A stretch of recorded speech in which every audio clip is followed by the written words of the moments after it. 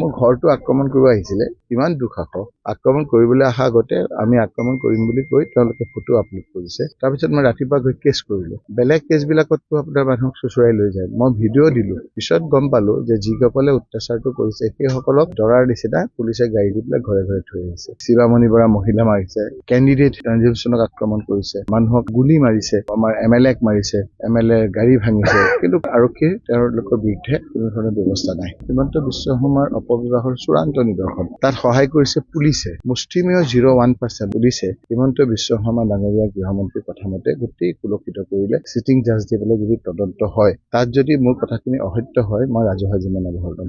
কিন্তু কটন কলেজতো আপোনালোকে দেখিছে কি ধৰণৰ ঘটনা কৰিছে পুলিচে। এতিয়া পুলিচে যদি আইন হাতত লয়, তেতিয়া আইন কোনে ৰক্ষা কৰিব? আজি আইন ৰক্ষা কৰা সকলে যদি ভক্ষক হয়, তেতিয়া মানুহটো আপোনাৰ উপায়হীন হ'ব, তেতিয়া অৰাজকতাৰ সৃষ্টি হ'ব। গতিকে হিমন্ত বিশ্ব শৰ্মা এতিয়া চূড়ান্ত অপকৰ্মত লাগিছে, তেওঁ চূড়ান্ত এতিয়া অপশাসনত লাগিছে। এই কথাবিলাক তেতিয়া হয় যেতিয়া মানুহৰ মূৰটো গৰম হয়, মানুহ তেওঁৰ পৰা আঁতৰি যায়। গতিকে এইটো তেখেতৰ অন্তিম হ'ব। মোৰ ঘৰটো আক্ৰমণ কৰিব আহিছিলে, তেওঁলোকে ভাবিছিল যে মই প্ৰতি আক্ৰমণ কৰিম ইলেকশ্যনৰ আগদিনা, পিছত এটা ইছ্যু কৰিব। মই নিয়ম অনুযায়ী হিমন্ত বিশ্ব শৰ্মা ডাঙৰীয়াৰ হোৱাটছএপত ৰাতি 2টা বজাত কথাবিলাক জনালো। ভাবিছিলো যে তেওঁৰ শুভবুদ্ধি উদয় হ'ব, তেওঁ একো নকৰিলে। তাৰপিছত মই ৰাতিপুৱা গৈ কেছ কৰিলো। বেলেগ কেছবিলাকততো আপোনাৰ মানুহক চুচুৰাই লৈ যায়। মই ভিডিঅ' দিলো যে মোৰ ঘৰ তেনেকে আক্ৰমণ কৰিবলৈ আহিছে। পিছত গম পালো যে যিসকলে অত্যাচাৰটো কৰিছে সেইসকলক একে দৰাৰ নিচিনা পুলিচে গাড়ী দি পেলাই ঘৰে ঘৰে থৈ আহিছে। সেইকাৰণে মই কৈছো যে তদন্তটো হলে মই গোটেই কথাখিনি আপোনাক চিনাক্ত আপুনিও দেখিছে, ফটো কেইখনো আপলোড কৰিছে। ইমান দুঃসাহস।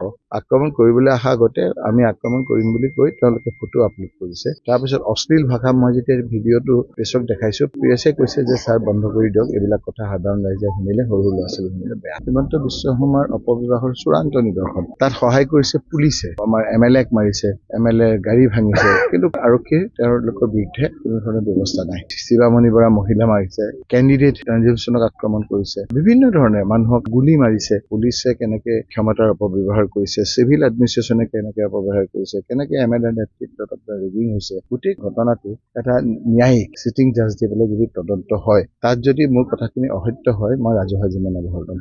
আৰু মই তথ্য সহকাৰে প্ৰমাণ কৰিম যে পুলিচ বিভাগটো খুব আমাৰ আভিজাত্য থকা আৰু খুব সুনাম থকা। মুষ্টিমেয় 0.1% পুলিচে হিমন্ত বিশ্ব শৰ্মা ডাঙৰীয়া গৃহমন্ত্ৰীৰ কথা মতে গোটেই কুলক্ষিত কৰিলে। তাৰ পৰিণাম এতিয়া কি হৈছে, নতুন যিসকলে পুলিচৰ আগৰ আভিজাত্য নাজানে, কিন্তু কটন কলেজতো আপোনালোকে দেখিছে কি ধৰণৰ ঘটনা কৰিছে পুলিচে। এতিয়া পুলিচে যদি আইন হাতত লয়, তেতিয়া আইন কোনে ৰক্ষা কৰিব? আজি আইন ৰক্ষা কৰা সকলে যদি ভক্ষক হয়, তেতিয়া মানুহটো আপোনাৰ উপায়হীন হ'ব, তেতিয়া অৰাজকতাৰ সৃষ্টি হ'ব।